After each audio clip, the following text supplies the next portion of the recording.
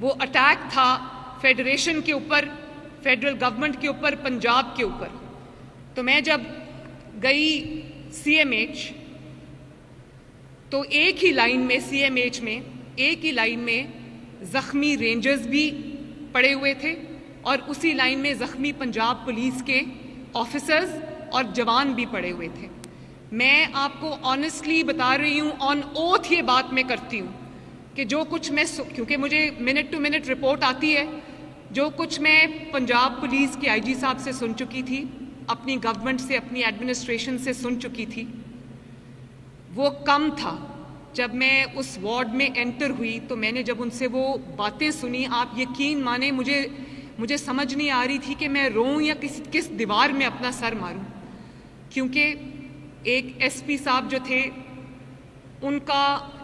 पहले मैं उनके पास गई तो उनके सर पे पट्टियां बंधी हुई थी, उनकी आंख जो थी वो ज़ाया होने के करीब थी, पूरी आंख में ब्लीडिंग थी।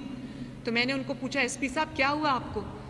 तो कहने लगे कि इन्होंने मुझे घेर लिया, PTI के लोगों ने, और उन्होंने कीलों वाले डंडे से उन्होंने मेरे सर पे, उस मॉब ने अटैक किया और मेरे स्कल फ्रैक्चर हो गई है। उनकी सर्जरी हुई थी, उनकी स्कल फ्रैक्चर हुई थी, उनकी बाजुओं और टांगों की हड्डियां टूटी हुई थी।